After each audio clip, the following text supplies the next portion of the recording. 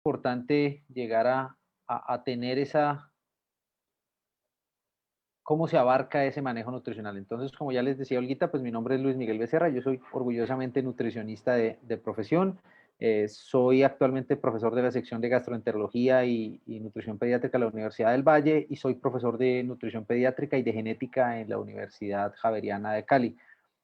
Nosotros, a raíz de la profunda situación y la necesidad de unidades y de centros en donde se especialicen en el manejo de los errores innatos del metabolismo, en la Fundación FICADES en Cali tenemos una unidad específica de errores innatos del metabolismo y de terapia de dieta cetogénica, que llevamos más o menos entre 1 y 2 años trabajando en esta unidad,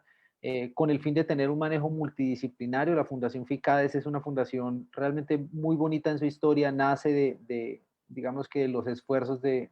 doña Faisuri, que es una persona eh, que tiene 2 hijas o que ha tenido, digamos que una historia familiar de enfermedades que se consideran catastróficas, con distrofia muscular, con, digamos que en su momento con sospechas de POMPE también, que se descartaron, y nace como una institución en donde se le pueda prestar toda la ayuda, tanto legal como clínica, a personas que tienen enfermedades catastróficas o a personas que muchas veces el sistema de salud no les permite tener un acceso adecuado. Y de ahí nace también pues nuestra idea de abrir nuestra unidad de errores innatos del metabolismo, pues la cual está, como les digo, en Cali, en Colombia. Entonces, incluyéndonos en el tema aquí, la glucogenosis es una enfermedad que es también denominada como enfermedad del almacenamiento del glucógeno y tiene que ver tanto con el metabolismo como con el depósito que nosotros llegamos a tener de glucógeno en los seres humanos. Los niños tienen 100 gramos de glucógeno hepático como depósito y los adultos 150 gramos. En teoría, el ayuno inicialmente fue definido como el tiempo en el cual se acaba el glucógeno hepático y esa reserva, pues digamos que empieza a generar unos picos de gluconeogénesis importantes. Esa es la razón fundamental de por qué hablamos de ayuno a las 8 horas en el adulto y de ayuno a 6 horas en los pacientes en pediatría. Ayuno temprano a 4 horas, que es un tiempo específico por el cual digamos que parte del tratamiento que nosotros damos con almidones modificados, que es algo que veremos más adelante, está destinado más o menos entre 3 y 4 horas por el vaciamiento gástrico de los niños, que se tiene más o menos a 3 horas, y por el tiempo específico de 4 horas en los cuales se suponía que el tiempo del glucógeno hepático se había acabado ya, se había empezado a acabar, perdón, y empezamos a hablar ya de un ayuno temprano. La glucogenosis es una enfermedad que es hereditaria, es autosómica recesiva, lo cual nos permite a nosotros tener unas incidencias que realmente son un poco más altas que otros tipos de condiciones. Y si bien el pool de pacientes que nosotros muchas veces no llegamos a tener, en su momento el doctor Weinstein tuvo entre 3 y 5, en México es uno de los países en donde se da una mayor cantidad de pacientes con glucogenosis, inclusive se han descrito 3 modificaciones específicas o 3 variantes de la glucogenosis que se presentan en una población específica. Por ejemplo, Monterrey es una de las poblaciones en el mundo o probablemente la ciudad en el mundo en donde mayor cantidad de pacientes con glucogenosis se han empezado a encontrar con los últimos seriados de pacientes, lo que nos indicaría a nosotros pues que dependiendo de dónde nosotros lo vayamos viendo, las incidencias serán un poco más altas o un poco más bajas. Nosotros desafortunadamente en Colombia pues no tenemos tantos registros consolidados como quisiéramos tener. Más o menos podemos llegar a tener una incidencia entre 1 a 20.000 a 1 a 43.000 nacidos vivos. La asociación, pues digamos que de padres con niños con errores innatos del metabolismo, el Ministerio de Salud han hecho unos esfuerzos bastante importantes que nos han abierto la luz a una cantidad de datos sumamente valiosos en errores innatos del metabolismo que nos ayudan a focalizar y a centralizar a los pacientes y sobre todo hacer tal vez una sensibilización en los profesionales de la salud y en los pacientes y en las familias sobre cuál debería ser los síntomas que nosotros deberíamos ver de riesgo en los pacientes y empezar a derivar a unidades que puedan tener una experiencia un poco mayor en el desarrollo del tratamiento.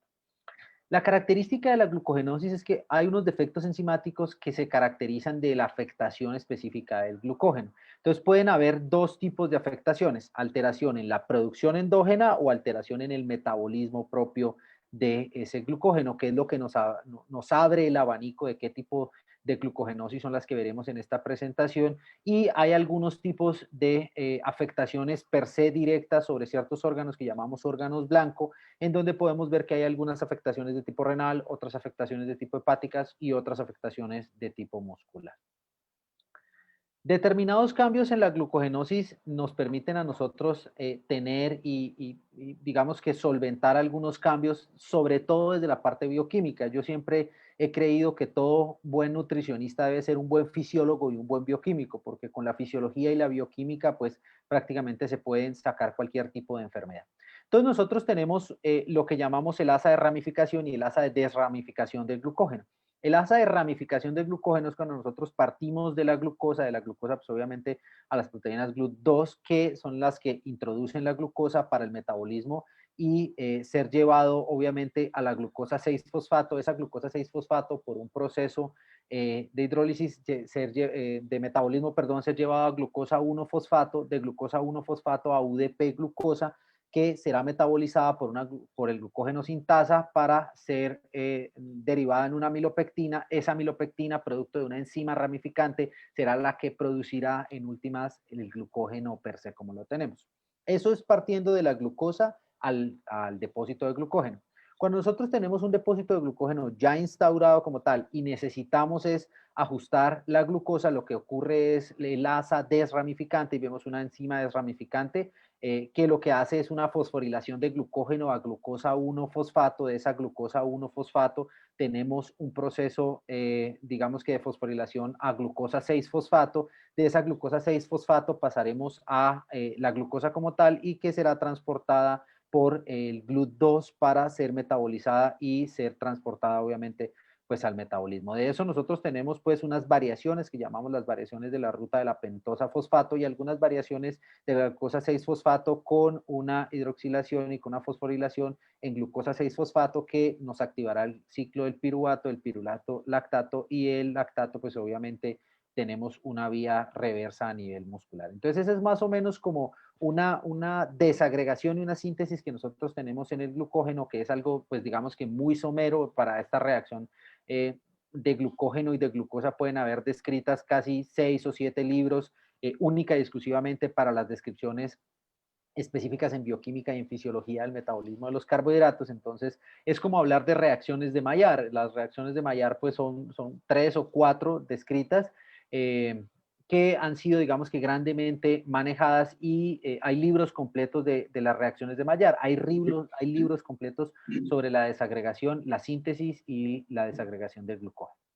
Entonces, partiendo de este concepto importante, hay que hablar sobre el ayuno, que es lo más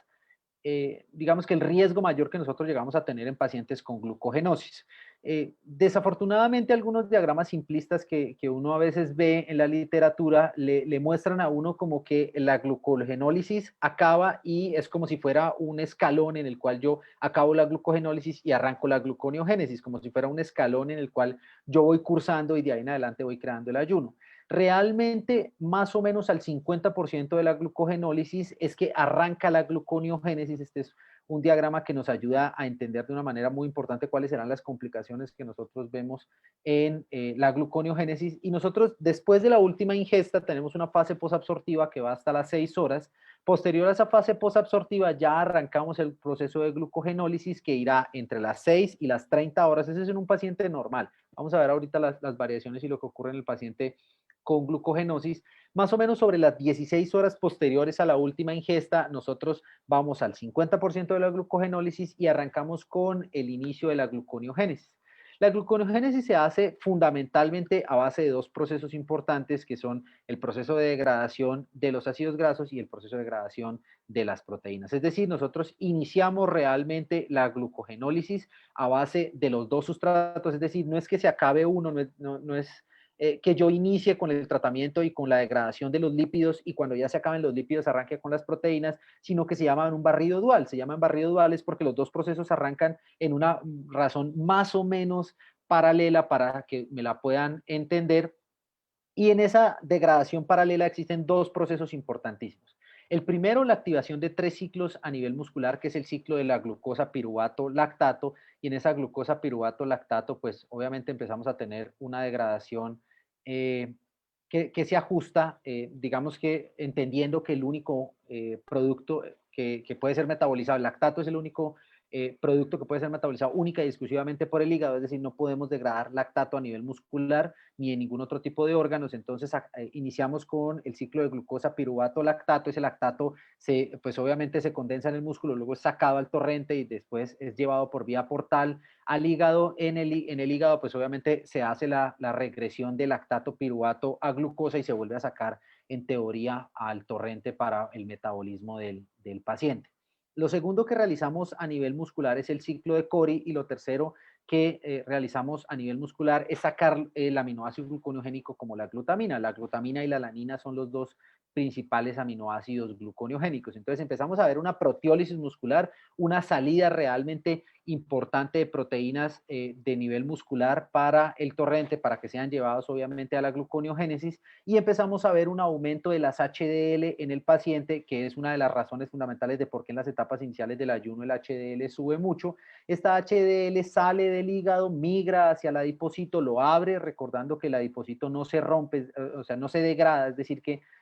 cuando el adipocito ya pasa de preadipocito a adipocito, ya se condensa, y al condensarse pues es prácticamente imposible destruirlo. Únicamente pues tendría que ser con una lipólisis mecánica, que es lo que se llaman en las liposucciones. Entonces se abre el adipocito, libera el glicerol, libera los ácidos grasos libres, que son tomados tanto para nivel muscular como a nivel periférico, y el glicerol es llevado de nuevo al torrente, los ácidos grasos son llevados, digamos que de nuevo al torrente. Hay un aumento en la concentración de lipoproteínas de baja y de muy baja densidad, hay aumento en las concentraciones de triglicéridos, aumento en las concentraciones de colesterol, que es una de las razones fundamentales de por qué las personas que hacen esos ayunos prolongados llegan a tener hiperlipidemia, que es una de las complicaciones también de la glucogenosis, y eso nos llevará directamente al proceso de la gluconeogénesis, tanto con el glicerol como con los ácidos grasos libres para producir triacilgliceroles, y los aminoácidos gluconeogénicos como la glutamina y la alanina para producir el proceso de gluconeogénesis a nivel hepático, y ese proceso de gluconeogénesis nos producirá en esencia el sostén de la glucosa, que pasará esencialmente a la barrera hematoencefálica. Recuerden que el sistema nervioso central consume el 50% de la glucosa que nosotros tenemos circulante en el organismo, y que parte de la homeostasis que nosotros tenemos de la glucosa se hace también a nivel renal. Por eso hay un artículo realmente muy interesante que se llama Rol del riñón en la homeostasis de la glucosa, demostrando que el riñón puede llegar a reciclar hasta 150 gramos de glucosa al día, permitiendo con ello pues que haya una regulación mucho mayor. Esto es en un paciente completamente normal, lo que no ocurre en un paciente con una glucogenosis. Entonces, lo que vemos en un paciente con una glucogenosis es que estas son las fases de la homeostasis de la glucosa. Las fases de la homeostasis de la glucosa nos ayudan a entender qué es lo que le pasa al paciente con glucogenólisis y con gluconeogénesis. Entonces, lo que nosotros vemos en los pacientes con glucogenosis es que ese sostén que nosotros vemos de manera final a base obviamente del glucógeno tanto hepático como el glucógeno muscular, lo que nosotros vemos ahí es que al haber una falta de ese depósito del metabolismo, el sostén de las glucosas, de las concentraciones de glucosa en sangre son mucho menores en el paciente con glucogenosis, y no puede tener unos tiempos de ayuno como nosotros pudiéramos llegar a tener. Es decir, que un ser humano sin glucogenosis pudiera llegar fácilmente a mantener unos tiempos de hasta 16 horas en esa fase posabsortiva, en donde hay una mezcla de glucogenólisis y gluconeogénesis. Pero en el paciente con glucogenosis no ocurre eso, porque el glucógeno no está disponible para ese sostén y para los metabolismos de degradación para poder tener glucosa circulante. Entonces, después de unos tiempos específicos en los cuales se consume glucosa, estos son unos estudios en los cuales se han hecho con cargas de 40 gramos de glucosa, lo que vemos nosotros son la producción de insulina, que lo que va a hacer es metabolizar esa glucosa. Hay una caída bastante drástica en los estudios de indexación de la homeostasis de la glucosa, pues con la insulina, hasta unos picos muy, muy bajos, en donde empieza a haber lo que llamamos un proceso de regulación de las hormonas contrarreguladoras, en donde vemos el glucagón y las catecolaminas. Ese glucagón y esas catecolaminas primariamente lo que harán es tratar de darle un sostén a los valores y a las concentraciones de glucosa a nivel circulante, apoyados con el glucógeno. Una vez han pasado 16 horas y esta acción del glucagón y de las catecolaminas ha disminuido de manera importante, es donde nosotros empezamos a ver realmente una creación de la gluconeogénesis muy, muy importante. Por eso yo les decía que estos 16 horas son unos tiempos específicos en los cuales hay una caída específica del glucógeno, y al haber una caída específica del glucógeno tienen que empezar a actuar ciertas hormonas como el cortisol, en donde se desarrolla una creación de la gluconeogénesis a base obviamente de sustratos no glúcidos o sustratos no derivados de los carbohidratos, como las proteínas, que son la alanina y la glutamina, y los ácidos grasos y el glicerol liberados de los adipocitos, obviamente favorecidos por la pérdida y la apertura que se realiza de ese adipocito a base grandemente de las HDL. Entonces, a nivel muscular y a nivel hepático, lo que nosotros vemos es una relación bastante directa entre la degradación, la proteólisis que produce de masa muscular, obviamente, que generará una salida de alanina y una salida de glutamina, una degradación de piruvato que producirá lactato. Ese lactato irá directamente al hígado junto con la alanina para producir,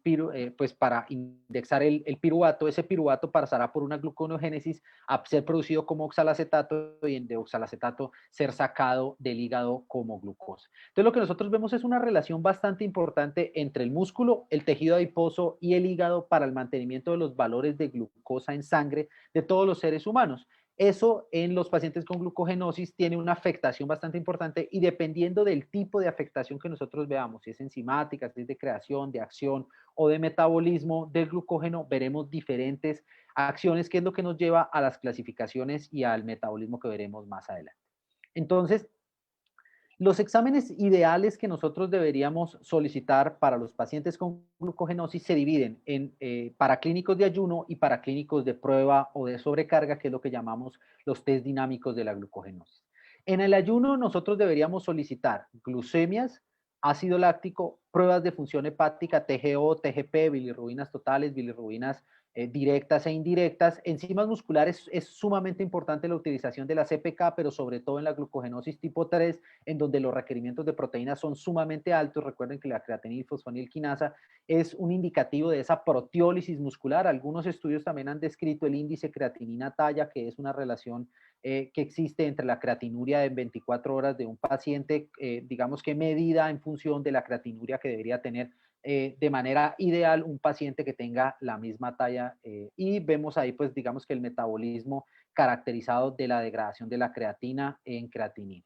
El ácido úrico también, y recuerden que el ácido úrico no está relacionado en las glucogenosis per se con el consumo de proteínas, es decir, no es que el paciente consuma altas cantidades de proteínas con altas bases púricas o que puedan generar una uremia muy importante, sino que es más asociado al consumo de fructosa y de algunos azúcares simples en el paciente, por eso lo restringiremos. En el metabolismo de los lípidos deberemos pedir siempre colesterol y triglicéridos. La práctica clínica le ha enseñado a uno que pedir un perfil de lípidos totales le abre también a uno un espectro de saber cuánto están las HDL y cuánto las VLDL, que es como mediremos también el riesgo cardiovascular, aunque digamos que las recomendaciones hablan solo de triglicéridos y de colesterol.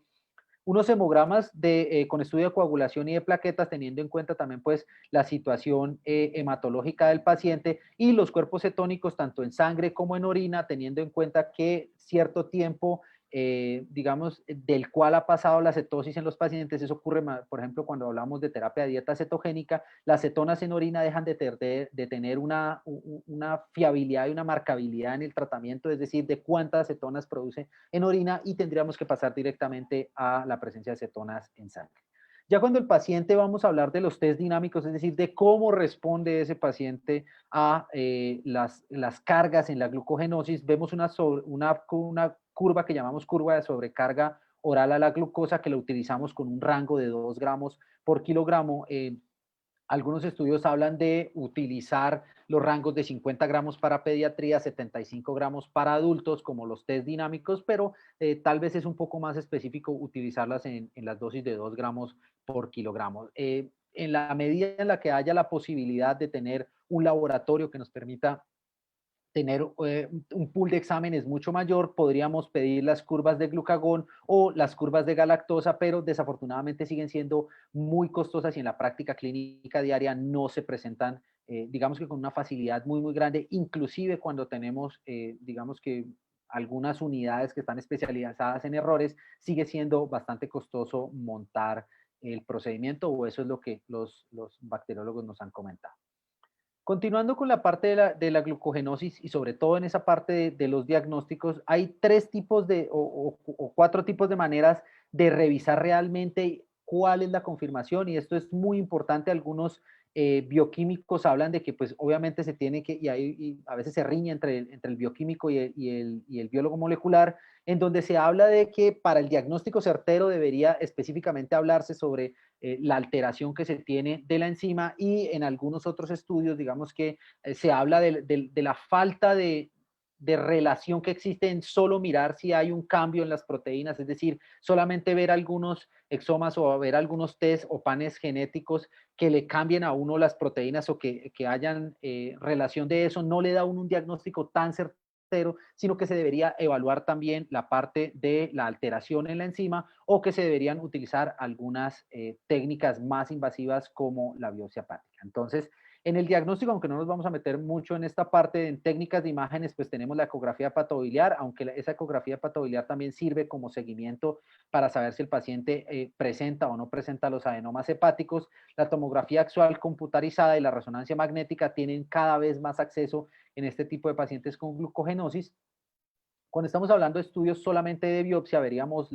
dentro de la morfología, pues obviamente los estudios histológicos que nos permiten hacer confirmación, evaluar si hay esteatosis en el paciente, evaluar si hay una fibrosis, o hacer unas pruebas de histoquímica, aunque esas, como les digo, se las dejamos mucho más a los bacteriólogos, que son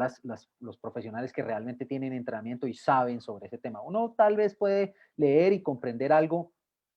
en esa parte, pero no es mucho lo que puede llegar a contribuir, sino dejárselo a profesionales específicos. Los diagnósticos bioquímicos de la glucogenosis, pues realmente todavía tenemos un trecho bastante largo en poder tener unas pruebas que sean de una fiabilidad bastante importante, si bien no es que no sirvan, sí sirven para darle un manejo tal vez complementario.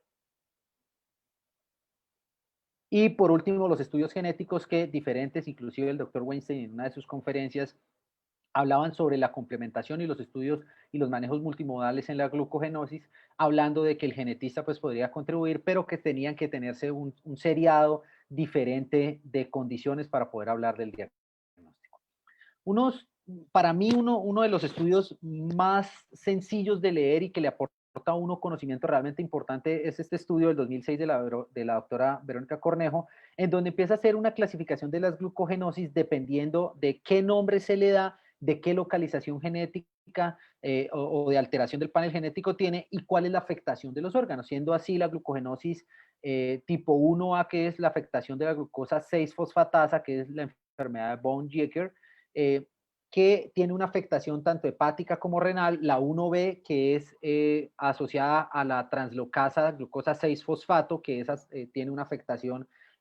tanto hepática como de afectación de los neutrófilos, la 1C, que es de transportadora de los fosfatos, que tiene una afectación eminentemente hepática, igual que la 1D, que es la transportadora de la glucosa, la glucogenosis tipo 2, que es la alteración de la alfa-1,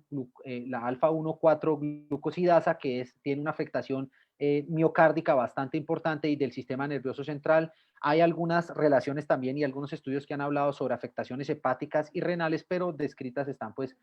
tal vez dentro de la literatura las miocárdicas y las del sistema nervioso central.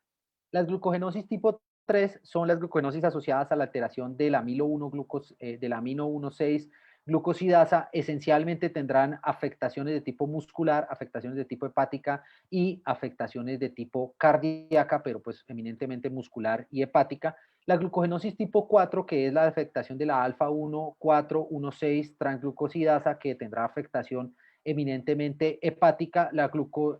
glucogenosis tipo 5, que es una fosforilasa, la alteración de la fosforilasa muscular, pues que se ha descrito con una afectación pues tal vez difusa, por eso muchas veces no se tiene descrito teóricamente cuál es el órgano blanco, cuál es el sistema blanco que se tiene. La glucogenosis tipo 6, que es la de la fosforilasa hepática, que tiene afectación esencialmente a nivel hepático, que es lo que llamamos también enfermedad de HERS. La glucogenosis tipo 7, que afecta, digamos que la fosfofructoquinasa mayoritariamente y tiene una afectación tanto muscular como del enterocito, y la glucogenosis tipo 9, que es la de la fosforilasa B quinasa, que tiene una afectación hepática, así como la fosforilasa tipo 11, que es la de la afectación de las proteínas transportadoras de glucosa, como los GLUT2, que tiene una afectación tanto hepática como renal. Entonces, lo que nosotros vemos es un espectro bastante importante de la afectación, digamos que del panel genético y del defecto enzimático, es decir, hay diferentes tipos de enzimas que se ven afectadas, y por eso muchos estudios hablan sobre la definición específica del diagnóstico, hablando directamente sobre el déficit enzimático y no solamente sobre la alteración que nosotros vemos de la localización génica, teniendo en cuenta que la glucosenosis tipo 1A, 1B, 1C, 1D tienen exactamente la misma localización génica, pero diferente rol enzimático, digamos que del déficit. Las manifestaciones clínicas, pues, por ejemplo, la enfermedad de von Wiecker, que es la glucogenosis tipo 1, que es la que se afecta prioritariamente en la glucosa 6-fosfatasa. Lo que nosotros veíamos antiguamente, ya producto obviamente del tratamiento y de los manejos que se han venido dando, eran pacientes con unas hipoglucemias muy severas, con un edema cerebral y una alteración, digamos que del sistema nervioso central bastante importante, con glicemias que caían por debajo de los 15 miligramos por decilitro, pacientes que convulsionaban, pacientes que tienen talla baja, pero cuando uno lo ve en la práctica clínica es importante encontrar que la talla baja no es única y exclusivamente a raíz del, o sea, comparada con los patrones de la OMS, sino que en comparación con su linaje familiar, es decir, con la talla target que yo la tomo en la talla de la mamá y la talla del papá, aún así con ese pool de talla familiar son tallas sumamente bajas en el paciente. Es decir, no es solamente tomar en la práctica clínica diaria, no es solamente tomar los valores de OMS de talla para la edad, sino tomar ya la talla target, es decir, la talla de la mamá y la talla del papá, y llevarlas a talla target y ver que realmente hay un retraso importante en ese paciente. Teníamos un aumento del tejido adiposo, no se sabe muy bien, digamos que en este momento o a los inicios del tratamiento, si era producto de la sobredosificación del almidón de maíz o sobre la sobredosificación de los carbohidratos complejos que se tenía, y muchas veces esas hepatomegalias que se creían que se tenían en el paciente no eran per se unos abdómenes masivos asociados al hígado nada más y a esas hepatomegalias, sino que había un componente también importante de tejido graso que ocurría producto de los malos manejos nutricionales que desafortunadamente al principio siempre realizamos. Hay una hipercalciuria, una acidosis metabólica obviamente asociada al lactato, una presencia de dislipidemia, inclusive se han reportado pacientes con más de 15.000 a 20.000 de los triglicéridos, cuando lo normal en un paciente en pediatría es menos de 170, lo que nos recomienda la Asociación Argentina de Pediatría, y algunos pacientes con unas alteraciones en los tiempos de coagulación y sobre todo en los factores 1 y 3 de la coagulación, que tenían unos sangrados bastante importantes. En la enfermedad de la glucogenosis tipo 3, que es lo que llamamos la enfermedad de Cori, las glucemias eran un poco menos bajas, sin embargo eran unas hipoglucemias también bastante importantes, aunque no tan severas, podían oscilar más o menos entre 30 y 40 miligramos por decilitro. El paciente tenía un espectro clínico muy parecido al de la glucogenosis tipo 1, pero la diferencia es que en la glucogenosis tipo 3 no veíamos una afectación renal de los pacientes, digamos que casi nunca, solamente cuando aumentó la expectativa de vida de los pacientes con glucogenosis es que empezamos a ver unas afectaciones renales, unos adenomas hepáticos que muchas veces no se veían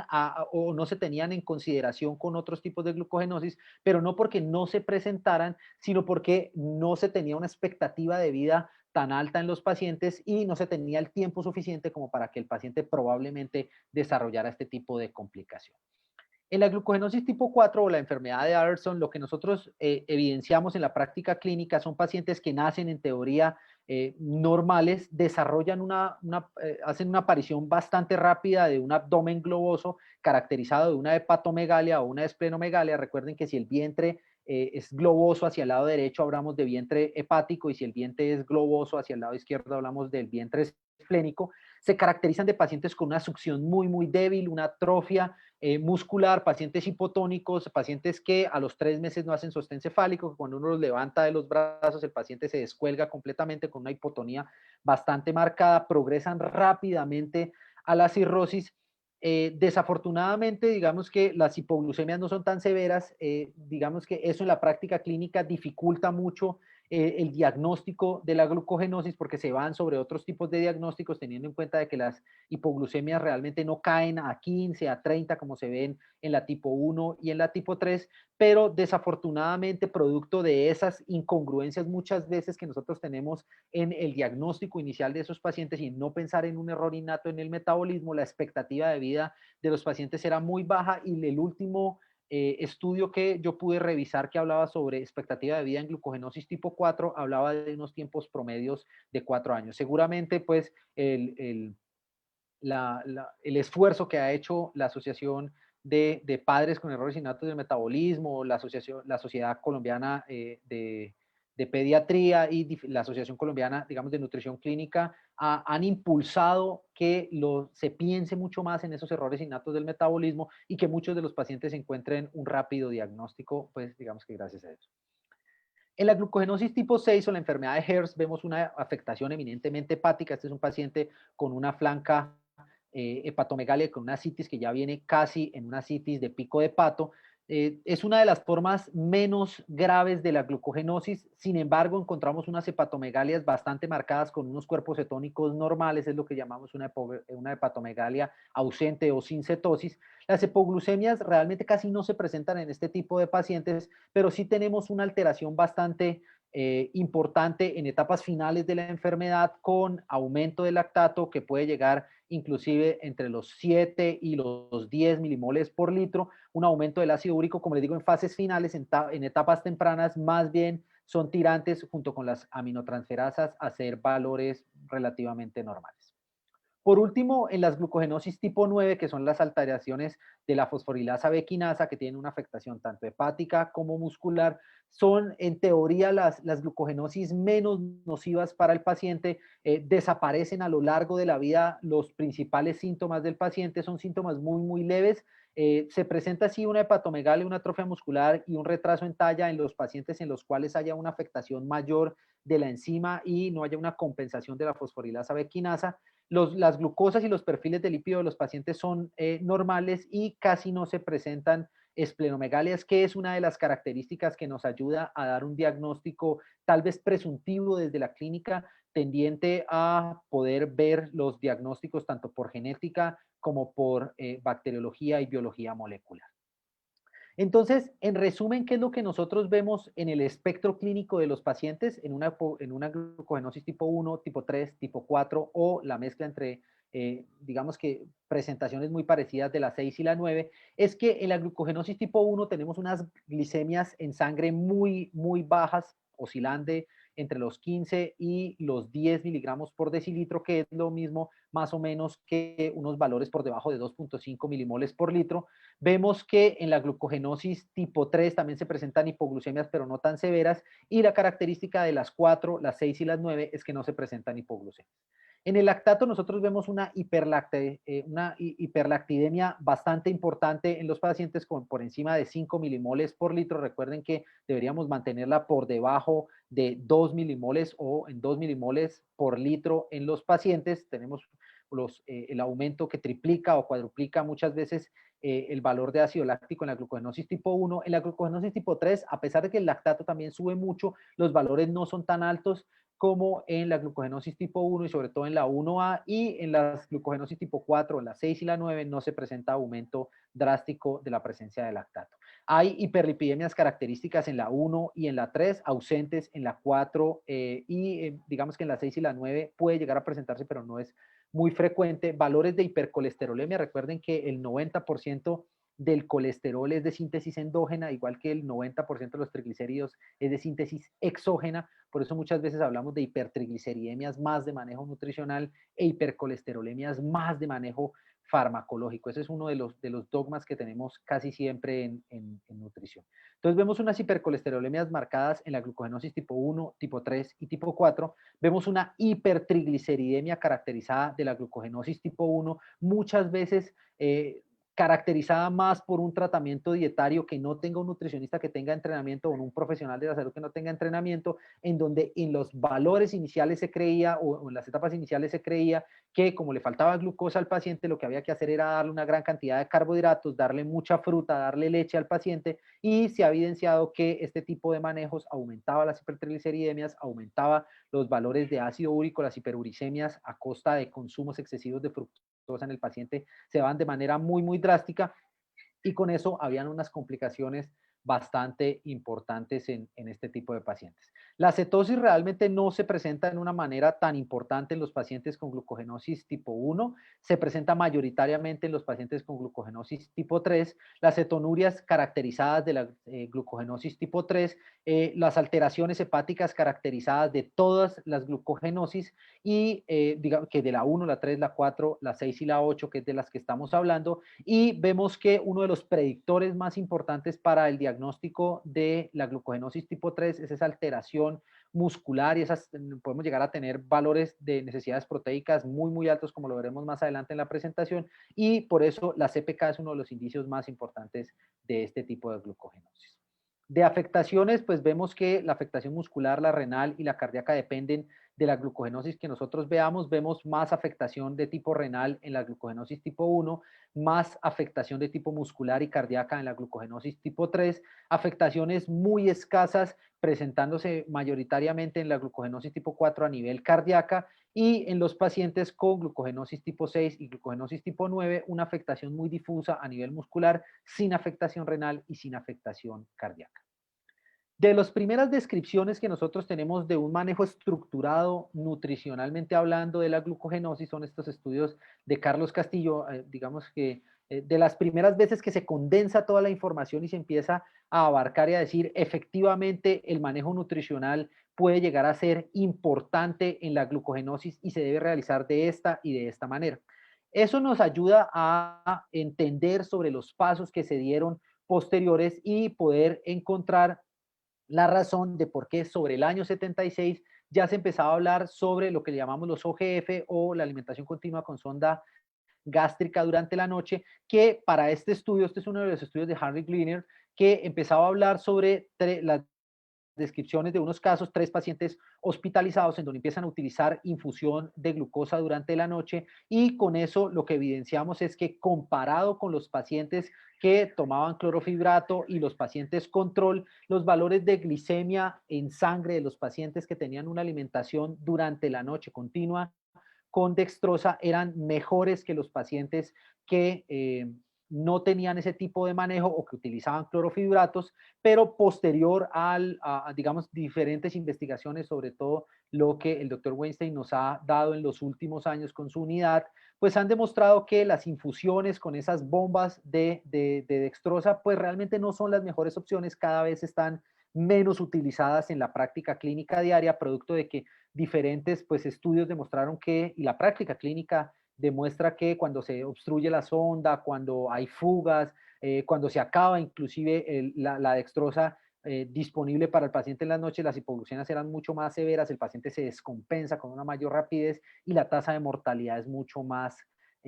digamos que más grande, el riesgo relativo de complicación también. Por eso cada vez estamos dejando más en desuso este tipo de prácticas como la infusión continua con dextrosa, y se está utilizando más el almidón de maíz.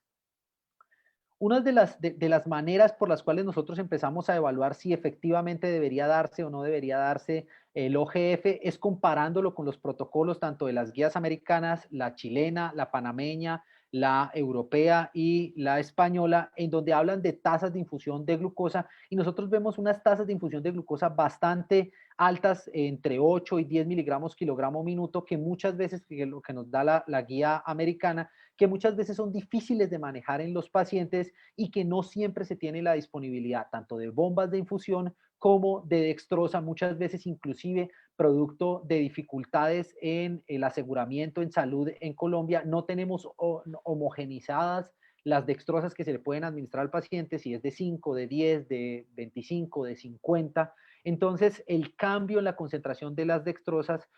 o de la glucosa que se le puede dar al paciente cambia drásticamente la velocidad de infusión, y hay algunos conceptos sobre velocidad o tasa de infusión o de metabolismo de infusión de glucosa de tipo hepática o intrahepática, que hacen difícil para algunos profesionales que no tienen entrenamiento el calcular cuánto se le debe dar y cuánto podríamos llegar nosotros a utilizar. Por eso, como les digo, cada vez utilizamos menos este tipo de terapias como la OFG. Para el manejo nutricional de la glucogenosis lo dividiremos en fase aguda y en fase, digamos que de manutención o de largo plazo. La fase aguda de la glucogenosis está caracterizada de las hipoglucemias. Entonces, diferentes estudios, por ejemplo, el de Mores Villares en el 2017, postulaban algunos criterios que le determinaban a uno qué debería hacer con el paciente. Primero, cuando los pacientes cursan con una acidosis láctica, que es muy característica en ciertos tipos de glucogenosis, pues se le debería administrar entre 1 y 2 milimoles por kilogramo por día del bicarbonato para mantener más o menos entre 80 y 170 miligramos de administración de ese bicarbonato. Hay que confirmar las hipoglucemias con una bioquímica central, es decir, no se recomiendan bioquímicas capilares para esos manejos agudos cuando ya el paciente tiene una complicación y cuando hay, digamos que la posibilidad. Desafortunadamente, no siempre podemos contar con glicemias centrales y utilizaremos las glucosas capilares. Recuerden que dependiendo del tipo de afectación que se tenga hidroelectrolítica en el paciente puede llegar a afectar los valores de glucemia capilar o inclusive puede estar descalibrado el glucógeno con el que se utiliza. Las calibraciones dependen de lo que los ingenieros biomédicos recomienden, pero algunos glucómetros requieren calibrarse cada 100 medidas, lo cual pues es un tiempo realmente muy corto. Hay que tratar de corregir los desórdenes hidroelectrolíticos presentes, sodio, cloro, potasio, recordando si el paciente tiene diarrea, si tiene vómito, si está letárgico. Hay algunas afectaciones también con la tiamina, en donde pueden producirse poliencefalitis hemorrágicas superiores o síndromes de Wernicke. Cada cuánto se debería monitorizar la glicemia de estos pacientes a estabilizarse cada 30 minutos si se tiene la posibilidad de una glicemia central o cada vez tenemos más disponibles los medidores no invasivos de glicemia en los cuales el paciente se lo pone en el brazo y con un medidor o del celular, con una aplicación o con un medidor específico, esas mediciones de la glicemia se pueden hacer mucho más continuas y no necesitamos dar unos tiempos tan largos de 30 minutos. Cuando nosotros no tenemos acceso venoso en el paciente es diferente a cuando lo tenemos con un acceso venoso. Cuando el paciente tiene un acceso venoso, lo que nosotros deberíamos hacer es administrar 200 miligramos por kilogramo de glucosa en una forma de cero glucosado. Se recomienda al 10% y dependiendo de si la concentración sube, pues obviamente debemos ajustar esas concentraciones, esos mililitros que administramos al paciente para administrar los 200 miligramos por kilogramo. ¿Qué es lo que nosotros deberíamos hacer? No superar 2 mililitros por kilogramo del paciente o más de esos 200 miligramos por kilogramo del paciente en vía periférica, pues porque se producirán flebitis, se dañará la vía del paciente y con eso nosotros digamos que deberíamos pasarlo 100% por vía central si requiriéramos unos manejos con unas dosis mucho más altas. ¿Cada cuánto o cómo se administra esa glucosa en los pacientes? Más o menos a 2 a 3 mililitros por minuto. Es una administración que no debe ser tan rápida, pues porque puede producir efectos de contrarregulación con la insulina y producir posteriormente unas hipoglucemias mucho más severas. Inicialmente administramos esos valores de 200 miligramos por kilogramo de glucosa al paciente de 2 a 3 mililitros por minuto y posterior a ello hacemos una perfusión continua de 6 a 8 miligramos por kilogramo por minuto en lactantes y de 3 a 5 miligramos por kilogramo minuto en los niños mayorcitos de 2 años. ¿Cuál es la meta que nosotros deberíamos tener inicialmente en ese manejo agudo de la hipoglucemia en los errores innatos del metabolismo como la glucogenosis? 100 miligramos por decilitro es el valor ideal en los errores innatos del metabolismo y en los pacientes normales las guías recomiendan 70 miligramos por decilitro. Entonces fíjense que sí debemos ir un poquito, en un piquito mucho más arriba en estos errores innatos del metabolismo. ¿Qué ocurre cuando no tenemos un acceso venoso? Cuando está el paciente en la casa, cuando se llama al personal y dice, doctor, es que el niño tiene la glicemia en 15, la glicemia en 30, la glicemia en 60, la glicemia en 50. Entonces, ¿qué se deben hacer para hacer esas correcciones de esas hipoglucemias cuando el paciente no tiene un acceso venoso o cuando está en un medio hospitalario en donde no se ha podido realizar un acceso venoso? Porque muchas veces llegan tan deshidratados que el acceso venoso inclusive se dificulta. Entonces, ¿qué es lo que se debe hacer? Se puede administrar glucagón intramuscular a 0.03 miligramos kilogramo en dosis máximas de 1 miligramo en administración. Desafortunadamente, sí se han visto que en los estudios el glucagón tiene una menor efectividad en los pacientes con glucogenosis, por lo cual, digamos que dependiente obviamente de que los depósitos de glucógeno están alterados en los pacientes con glucogenosis, por ende se debe hablar con el intensivista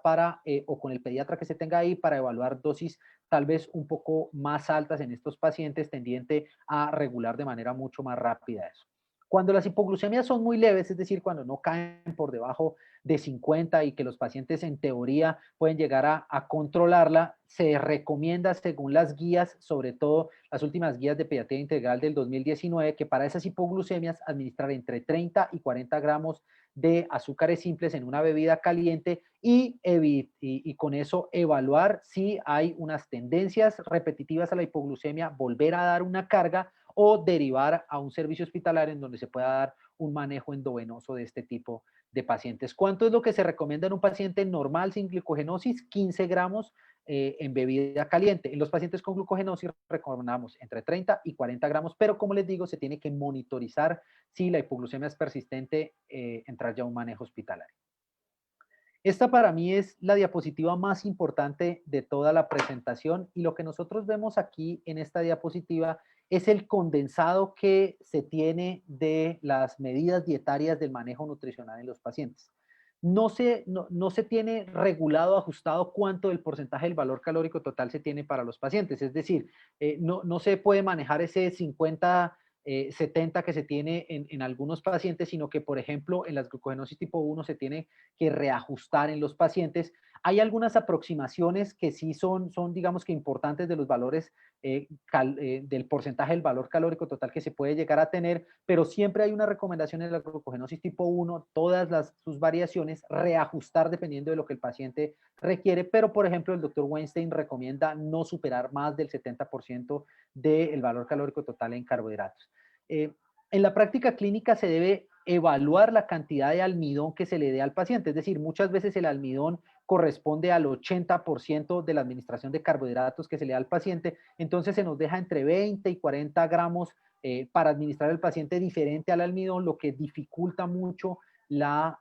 prescripción de la alimentación en el paciente con glucogenosis. Siempre es importante no utilizar medidas caseras. Los estudios han demostrado que inclusive 1 gramo en la diferencia de la administración del almidón modificado o del almidón de maíz crudo en los pacientes puede hacer diferencias en que su glucosa termine siendo la ideal o no en el próximo tiempo de comida. Por eso la recomendación es utilizar grameras y no utilizar medidas caseras como las cucharas o las tazas, porque puede llegar a dificultar la determinación de la cantidad de almidón que se le administra al paciente. Se recomienda también utilizarlo en crudo, no calentarlo, porque puede haber una desnaturalización del almidón y no tendrá un potencial de regulación tan importante. Siempre utilizarlo en los alimentos, después de los alimentos, producto de que cuando uno está en la prescripción, eso no, muchas veces no se lo dicen a uno las guías ni los libros, pero es importante permitir que el paciente coma, es decir, hay que permitir que el paciente consuma los alimentos, que tenga la sensación de comer, que tenga ese proceso de consumo de alimentos en el medio familiar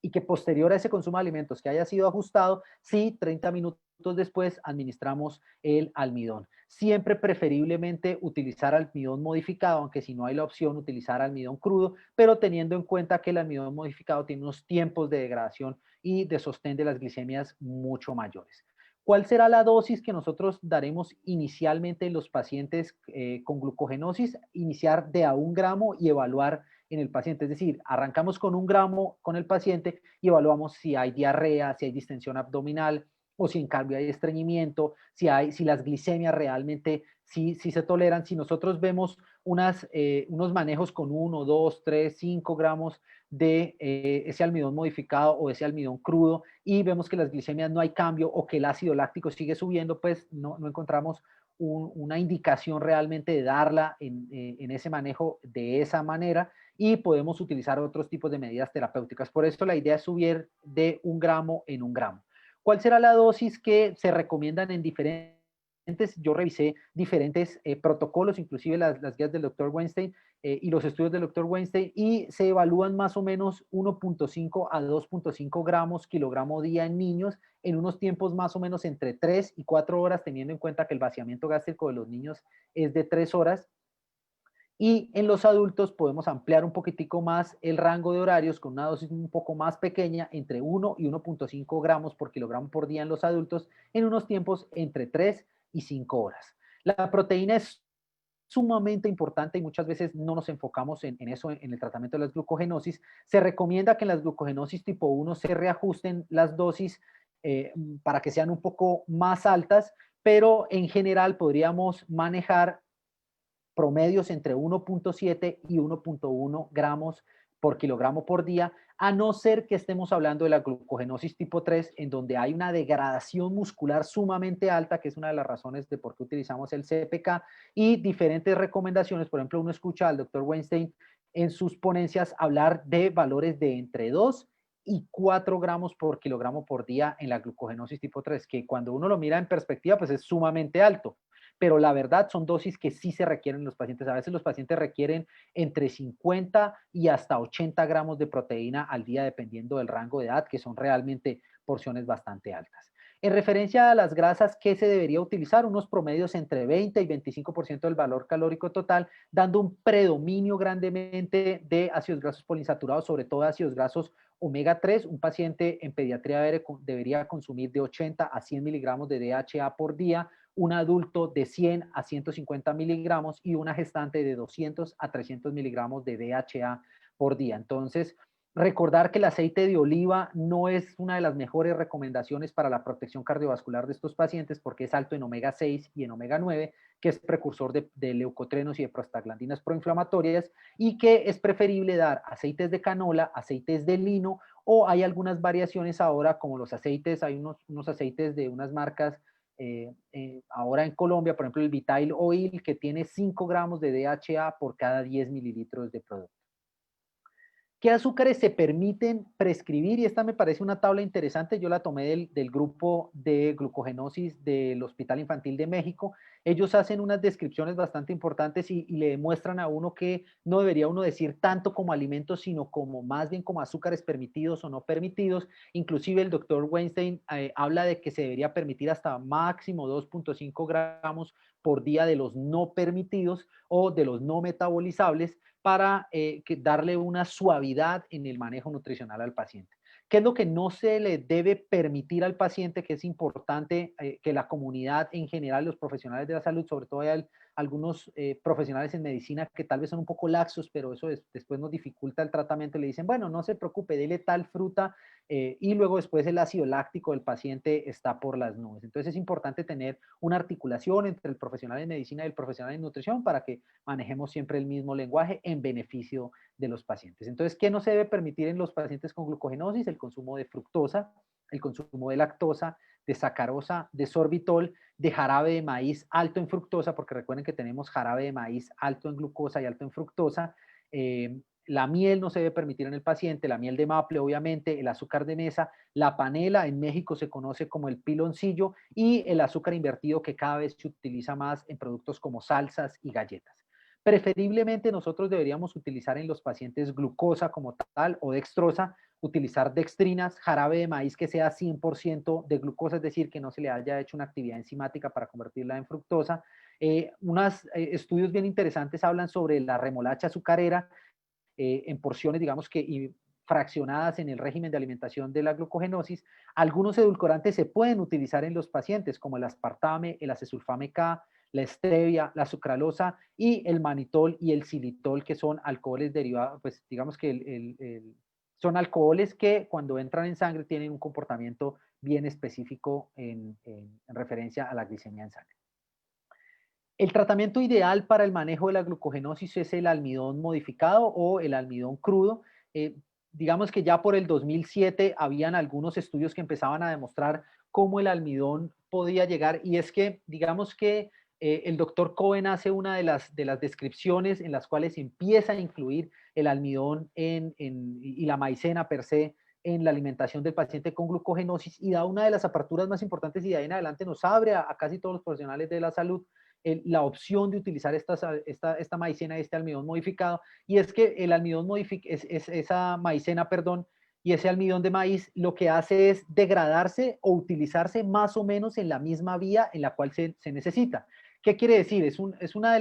de las cosas más interesantes que se tienen de este almidón de maíz, y es que el almidón de maíz se degrada a la misma velocidad que se va utilizando o que se va requiriendo, lo que permite que no haya depósitos que vayan a llenar de glucógeno el hígado del paciente o que vayan a producir unas hiperlipidemias a costa de mayor densidad del tejido graso. Entonces, en este estudio del 2007 se demuestra que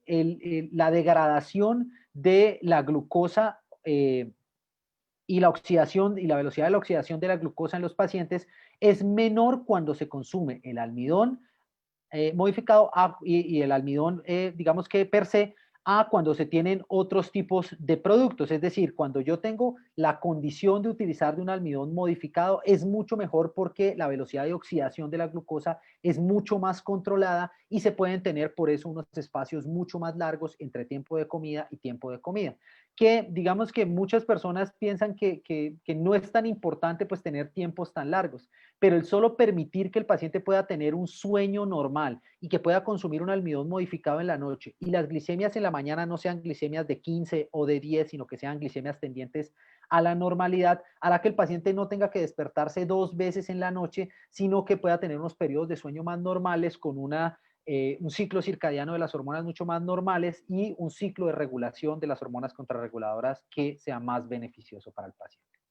Ya para el 2008 hablaban ya del almidón modificado en comparación con el almidón convencional. Y lo que quiero hablar aquí es que en la cantidad de lactato que hay en diferencia del almidón modificado al almidón convencional, no hay una diferencia bastante grande, es decir, no es que vayan a caer drásticamente los valores de lactato en sangre cuando yo utilizo almidón modificado, pero cuando yo empiezo a hablar de los valores en sangre de la glucosa, sí vemos que las caídas son menos drásticas y que el mantenimiento de los valores de glucosa en sangre y sobre todo este último pico que nosotros vemos a las 10 horas es permitir que con ese almidón modificado los valores de glicemia en sangre, sobre todo en los glucogenosis tipo 1A y 1B, sea mucho más controlado en comparación con el almidón sin modificar. Este estudio, que es un estudio longitudinal que habla sobre el almidón modificado en los pacientes en comparación con otros tipos de almidones, este es un estudio en glucogenosis tipo 1, empieza a hablar sobre las diferencias que existen en los tiempos y en las probables hipoglucemias y los valores de glicemia que se tienen en sangre posterior al uso del almidón modificado en los pacientes. Y lo que nosotros vemos es que en algunos tipos de pacientes, digamos que eso nos demuestra que no todos los pacientes son igualmente respondedores, los valores de glicemia en sangre posteriores al uso del almidón modificado son mucho mejores, mucho más altos, con unos valores que, dependiendo de si el paciente es normorespondedor o hiperrespondedor, puede llegar a tener valores posteriores a la glicemia de entre 2 y 7 miligramos por decilitro, que es algo verdaderamente importante cuando al final del tratamiento, cuando nosotros hacemos el conteo de los valores de glicemia en sangre al finalizar de la semana, el paciente ha tenido 30 o 40% menos hipoglucemias por semana que con el almidón estándar en comparación obviamente con el almidón modificado. ¿Es seguro realmente utilizar y es eficaz utilizar el almidón modificado en las enfermedades como la glucogenosis tipo 1? Este es un estudio bien interesante que empieza a hablar sobre el almidón no modificado y el almidón modificado. Y lo que nosotros podemos ver aquí es que hay una gran cantidad de pacientes que pueden llegar inclusive hasta las 9 horas de ayuno con unos valores de glicemia en sangre que pudieran llegar a ser considerados como relativamente en metas, pero fíjense que cuando los almidones modificados entran en juego, los valores de glicemia en sangre se mantienen mucho más y en el almidón modificado podemos tener tiempos promedios de entre 7 y 9 horas, dependiendo, como les digo, de si el paciente es normorespondedor o hiperrespondedor. Eso en la práctica clínica pues uno evidencia que hay algunos pacientes que efectivamente responden mucho mejor y eso depende digamos que de diferentes tipos de factores, tanto genéticos como moleculares. Este es un estudio, digamos que reciente del uso de glicosade en comparación con otros tipos de almidones estándar y lo que nosotros vemos aquí es que la duración de la hipoglucemia o los tiempos en los cuales de ayuno se pueden llegar a tener en los pacientes que utilizan almidones modificados a los que utilizan almidones estándar es que puede llegar a ser el doble de tiempo lo que aguanta el paciente en metas en glicemia en sangre o digamos que el doble de tiempo para poder llegar a esos hipoglucemias tan nocivas y tan severas en los pacientes cuando utiliza almidón modificado a cuando utiliza almidón estándar, lo que demuestra que el perfil de acción puede duplicar en la mejoría en los tiempos de ayuno el utilizar un almidón modificado, que en este caso, pues obviamente utilizaron la marca comercial Glicosade, pero en comparación con otros tipos de almidones modificados. ¿Qué parámetros nosotros deberíamos utilizar como objetivo en la alimentación? Es decir, yo instauro el tratamiento nutricional y cómo debo evaluar si efectivamente el paciente, el tratamiento que yo le estoy dando es adecuado o no es adecuado. Deberemos mantener las glicemias por encima de 70 miligramos por decilitro, aunque el Hospital Infantil de México e inclusive el doctor Weinstein recomiendan de 75 como valor mínimo, que se traducirá también en unos valores más bajitos de lactato que pueden oscilar entre 2 y 5 milimoles. Yo recomiendo mucho más 2 milimoles, que se le dispare grandemente a reducir esos valores de lactato que muchas veces son los que producen mayor cantidad de daño hepático y mayor cantidad de daño renal. En orina, ¿qué podríamos nosotros utilizar? El lactato en orina de 12 horas que esté por debajo de 6 milimoles por litro, o que utilicemos el índice de lactato creatinina que esté por encima de 0.12 por el índice que podamos calcular. ¿Qué complicaciones ocurren en los pacientes? Este es un estudio bien interesante. Esta es una tesis que hace un nutricionista que es de apellido Parra Rosa en el 2019 y empieza a ver, hace una revisión sobre diferentes estudios y revisa una gran cantidad de estudios que hablan sobre glucogenosis tipo 1A y empieza a evaluar qué tipo de complicaciones se presentan aún teniendo manejo nutricional. En la primera década de la vida, es decir, en los primeros años de vida, lo que nosotros vemos en los pacientes son más complicaciones hematológicas y vasculares. Sobre la segunda década de la vida, lo que nosotros vemos es mayoritariamente complicaciones renales y hepáticas, con el adenoma hepático como principal complicación, así como trastornos óseos de desmineralización por la restricción del calcio que nosotros damos, en menor medida a nivel hepático. Y sobre la tercera década de la vida volvemos a ver complicaciones vasculares, hepáticas, hematológicas, óseas, y incluimos las de tipo renal. Entonces, dependiendo de en qué edad estemos nosotros tratando al paciente, podríamos evaluar a largo plazo sobre qué tipo de órgano blanco yo debería enfocarme para evitar ese tipo de complicaciones. Las complicaciones agudas y crónicas, dependiendo de lo que vayamos a ver, pues obviamente las agudas son la osteopenia, la proteinuria, el retraso en el crecimiento, así como los adenomas hepáticos. Y a nivel crónico lo que nosotros vemos es el hepatocarcinoma, el retraso obviamente puberal con los trastornos de la secreción de la hormona de crecimiento, insuficiencia renal aguda, los pacientes pues que tengan un daño neuronal, que puedan convulsionar, que puedan entrar en un estado comatoso, y por último pues obviamente la muerte. En las complicaciones renales, importante, aún con el manejo dietario se pueden llegar a presentar. Cuando haya complicaciones renales, debemos utilizar unas restricciones muy leves de la proteína, más o menos dejarla en un mínimo de 1 gramo por kilogramo o de 0,8 con uso de alfa-cetoanálogos. Mantener el sodio entre 2.2 y 3 mil equivalentes de sodio por kilogramo, que los podemos calcular fácilmente los nutricionistas en la alimentación. Y en el consenso de vitaminas, lo que ocurre es que la recomendación es mantenerse en las RDA, que para Colombia será las recomendaciones de la resolución 3803 del 2016.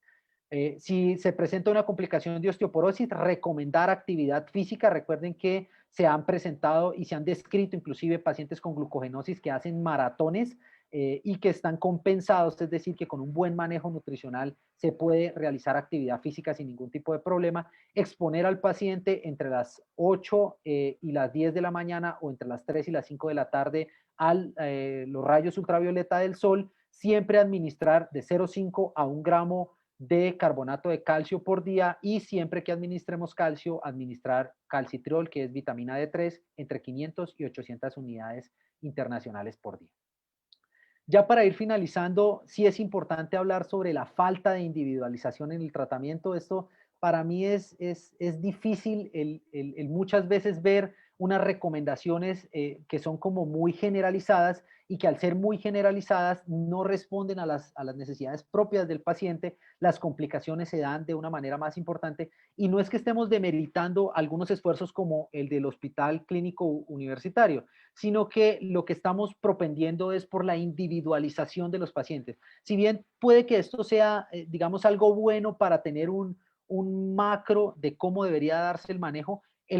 del nutricionista debe ser impecable en cada tipo de paciente. Es decir, desafortunadamente, como todo el mundo come, todo el mundo cree que sabe cómo se da el manejo nutricional, pero los nutricionistas nos enfocamos en diferentes condiciones que nos dan muchos años de carrera universitaria, de posgrados y experiencia clínica, que lo que mi llamado es a valorar el tratamiento del nutricionista, a valorar el equipo del nutricionista y a entender que lo que el profesional en nutrición le puede aportar es mucho más que cuánta papa y cuánto arroz, o que si se le echa guiso a la carne o no se le echa guiso a la carne. No, nosotros no somos profesionales que nos enfoquemos solamente en eso, sino que somos profesionales sanitarios también entrenados en diferentes tipos de situaciones que podemos dar unos beneficios muy importantes al paciente. Ya por último, este es uno de los estudios que me parece interesante y es qué pasa con las gestantes. O sea, sí puede haber una gestación normal de un paciente que tenga glucogenosis. Este es un estudio en donde el doctor Weinstein participa y digamos que se llama de partos exitosos, pero lo que nosotros podemos ver aquí es que en el seriado de los 5 casos que vieron de estos pacientes con glucogenosis, sí se pudo ver que en 3 de los casos se reportaron acidosis respiratoria, disestrés respiratorio, hipotonía y unas hipoglucemias transitorias pues bastante importantes. Entonces, sí se compone en un desafío clínico hacia futuro poder hacer algo de investigación sobre personas en estado de gestación y adultos, digamos que ya en una edad un poco más avanzada con esta glucogenosis. Si tienen alguna duda sobre cómo se hacen los cambios o cómo podríamos nosotros llegar a hacer las unidades de medida si se la dan en miligramos por decilitro o en milimoles por litro, esta es una de las recomendaciones que nosotros tenemos para que se nos haga mucho más fácil el cálculo. Muchas gracias.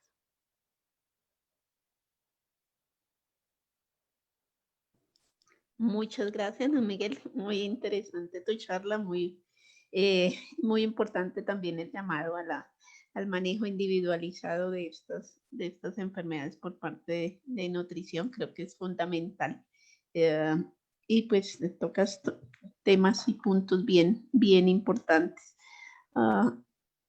Pueden colocar sus preguntas en el chat y pues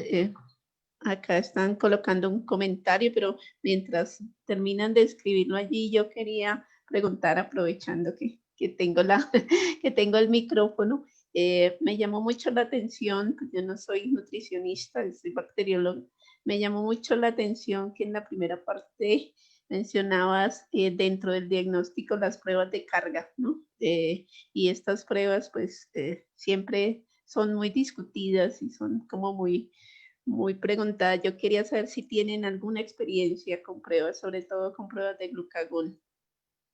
Bueno, la verdad es que nosotros solamente yo he visto un paciente, no era un paciente de nuestra unidad, fue un paciente que se comentó en cierto momento con el equipo y se encontró que las pruebas de glucagón realmente son muy funcionales dependiendo del tipo de glucogenosis que se encuentre en el paciente. Es decir, hay algunas glucogenosis en donde la característica de la contrarregulación que se hace del glucagón, por ejemplo, cuando hay mayor afectación hepática, la pérdida, o sea, la prueba de provocación con glucagón, pues pierde cierta validez, pero cuando, por ejemplo, hay algunas alteraciones musculares en donde es la CPK la que más da la parada, las provocaciones o los diagnósticos que se hacen con carga de glucagón pueden llegar a ser mucho más fiables debido a que la afectación es mucho más muscular que hepática. Ok, bueno, muchas gracias. Entonces, ahora sí, pasando a lo que mencionan acá en el chat, pues, Nundan, si quieres mencionar algo sobre la calidad de los carbohidratos, por ejemplo, sobre el índice glicémico. Bueno, depende de eso. Eso también es bien controversial sobre lo del índice glicémico. El índice glicémico se midió en comparación con 100 gramos de pan blanco. El problema del índice glicémico es que ya utilizamos es algo que llamamos el golpe glicémico. El golpe glicémico es la capacidad que tiene un alimento en específico, en una persona en específico, de elevar la glicemia en sangre. Es decir, yo puedo consumir 100 gramos de pan blanco y ese 100 gramos de pan blanco puede tener una carga glicémica o un índice glicémico, por ejemplo, de 90 o de 100, pero yo puedo tener la característica de ser un paciente que sea hiporrespondedor y puedo tener unos valores de glicemia en sangre que puedan alterarse mucho más y subir mucho más en comparación con un paciente que tenga, por ejemplo, menor eh, índice de respuesta. La masa muscular también es un determinante muy importante en lo que llamamos ese golpe glicémico. Recuerden que a mayor masa muscular, mejor control de la glicemia en sangre que se tienen de los pacientes. Entonces, el índice glicémico casi no lo utilizamos, producto de que el golpe glicémico es mucho más importante. Por ejemplo, hay algunos estudios que hablan del que el bajo índice glicémico es el de las frutas. Por ejemplo, el kiwi tiene uno de los índices glicémicos más bajitos, pero recuerden que nosotros controlamos mucho el consumo de fructosa en los pacientes y que hay algunos tipos de frutas que no le damos en general a los pacientes. Ok, gracias. Otras dos preguntitas por acá. Preguntan si podría explicar, por favor, en qué alimentos está el almidón modificado. Bueno, hasta donde yo tengo entendido, el almidón modificado solo se encuentra en algunos productos ya de tipo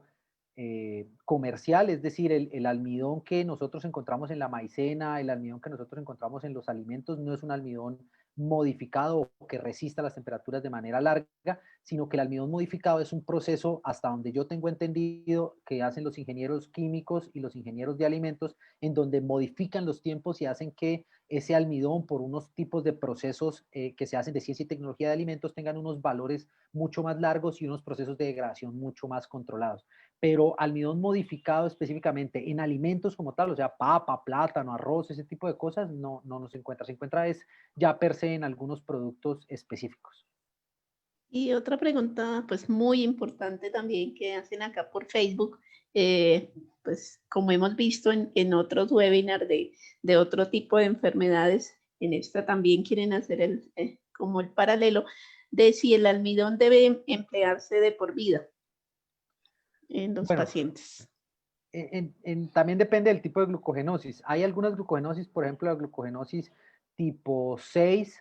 y la tipo 9, que a lo largo de la vida van disminuyendo y volviéndose menos severos los síntomas. Entonces, pensaría uno que en ese tipo de pacientes no.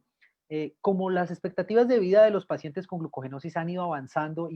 se han tenido durante mayor cantidad de tiempo, lo que yo he visto en mi práctica clínica, lo que yo he visto en los pacientes es que en casi todos los pacientes sí se recomienda el consumo continuado de los almidones modificados, primero para controlar los valores de glicemia en sangre, segundo porque entre mejor sean esos controles de glicemia, menor daño en el órgano blanco, y tercero porque como no tenemos unos estudios a largo plazo que nos permitan a nosotros inferir hasta dónde o hasta cuándo podría llegar a ser necesario el uso de almidón, pues en ese caso la recomendación sería sí, continuarlo hasta que el paciente lo requiera, que muchas veces es toda la vida. Toda la vida, sí. Bueno, y aquí una pregunta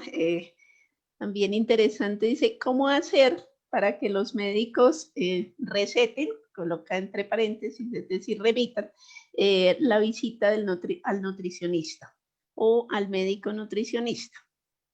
¿Cómo lograr que un médico, me imagino que médico general, haga la remisión a nutrición? Bueno, nosotros formamos Difícil. médicos, sí, es muy complicado. Nosotros formamos médicos en la Universidad del Valle y nutricionistas en la Universidad Javeriana. La única manera de ganarse el respeto de un médico es con conocimiento, con la respuesta de los pacientes y con posgrados. Son las tres maneras. La clínica es una selva. Eso es una cosa muy difícil de manejar. Eh, la única manera es demostrándole al médico, primero, que hay una necesidad. Segundo, que cuando la necesidad se da y se solicita la valoración, nunca salir con un régimen de alimentación fotocopiado. Una dieta fotocopiada es la vulgaridad más grande que hacen los nutricionistas. Es alguna queja que yo tengo con el gremio muy, muy grande, porque ustedes imagínense una persona que espere 6 meses para que sea atendido por un nutricionista y el nutricionista le salga con una hoja fotocopiada en donde le llene el nombre, le ponga el sello y ya. Eso es una grosería, eso es una falta de ética profesional, eso es una mala praxis de nosotros. Entonces, cuando el médico se da cuenta de que el paciente mejora, cuando el médico tiene el conocimiento de que, de que su función va hasta cierto punto, por ejemplo, los médicos en Colombia ya no pueden prescribir patrones de alimentación, es ilegal, o sea, un médico no puede hacer una dieta porque no lo faculta la ley, es la ley 63 la ley 69 del 73 y dispone que única y exclusivamente el profesional de nutrición tiene que ser el único capacitado para prescribir un patrón de alimentación. Entonces, cuando uno empieza a demostrarle al profesional de medicina que hasta cierto punto va su rol y hasta cierto punto va el rol del nutricionista, se forman equipos y es muy importante dialogar. Nosotros somos muchas veces islas en donde pensamos que el otro tiene que saber lo que yo estoy haciendo, pero cuando yo me siento con el neurólogo, cuando yo me siento con el genetista, cuando yo me siento con el bacteriólogo, con el fisioterapeuta, con el fonoaudiólogo, con el médico general y entablo un diálogo respetuoso en donde, mira, vamos a hacer esto, tú qué piensas de esto, qué piensas de lo otro, y se demuestra que son un equipo en donde lo más importante no es quién sabe más, sino cuántos pacientes ayudamos. Lo más importante esto no es llenarse de egos, no es ponerse la bata blanca y que le digan a uno doctor, sino que ese paciente que me entregaron a mí en una consulta como responsabilidad no se me muera, no tenga coma, no tenga edema, el paciente pueda comer con tranquilidad, pueda tener una calidad de vida, pueda acostarse a dormir y dure hasta el siguiente día y no se levante en un estado de coma. Eso es lo más importante son los pacientes. Y en la medida en la que nosotros trabajemos articuladamente y que los profesionales en nutrición demuestren su valía, en esa medida pues cambiaremos. Será un trecho muy, muy largo, pero que se puede, se puede. Claro que sí, ya se han logrado cositas. También nos pregunta el doctor Barrera, ¿en qué condiciones se usa el almidón fructosado? ¿Cómo se llama? Bueno, el almidón fructosado es uno de las nuevas cosas que nosotros tenemos. Hasta el momento yo solamente he llegado a leer 2 artículos que utilizan este tipo de condiciones que se llaman almidón fructosado. Desafortunadamente la fructosa tiene un metabolismo que en la glucogenosis puede llegar a ser contraproducente. Esa es una de las razones por las cuales restringimos los azúcares como la sacarosa, que es fructosa y glucosa, o que restringimos la fructosa como tal. El almidón fructosado ha sido uno de los avances que se han llegado a tener para tener lo que llamamos un complejo dual. El complejo dual es dar un almidón para que se mantenga y se vaya degradando conforme el paciente lo vaya utilizando y utilizar fructosa para otros tipos de procesos en donde se salten ciertas vías y en donde entren directamente algunos procesos a nivel hepático. Yo la verdad no lo recomiendo por ahora, todavía estamos en un bloque muy gris y muy negro sobre la información, no hay dosis de los ajustes que se deban hacer con este tipo de almidón, a diferencia de los almidones modificados, y digamos que por ahora, como no tenemos información en referencia a ello, la recomendación es utilizar los almidones modificados como tal. Muy bien, pues muchas gracias, Miguel. Creo que no hay más inquietudes por acá en el chat, en Facebook creo que tampoco. Entonces, pues nada, muchas gracias de nuevo, muy interesante la ponencia. Esperamos que vuelva a aceptar la invitación. Y pues nada, Gina, como siempre, sí, nos despides con algunas palabras. Recuerden que la próxima semana continuamos con nuestro ciclo de webinar. Recuerden que la próxima semana cambia un poquito en horario porque la invitada del próximo viernes nos va a hablar desde España. Entonces creo que se modifica un poquito la hora. ¿Verdad, Gina? No, la doctora Joan va a hacer un sacrificio. Ah. Bueno, muchas gracias, doctor Luis Miguel Becerra, por su charla, excelente charla. Gracias a todos los participantes. Como dijo la doctora Alguita, en 8 días nos va a acompañar la doctora Joan Dayana Pardo. Nos va a hablar desde España, pero ella sí va a estar pendiente de nosotros a las 6 de la tarde. Ella sí va a estar a las 6 de la tarde. Entonces, por eso dijo, va a ser un gran sacrificio para nosotros. Caray, sí, Entonces, ella va a estar hablando.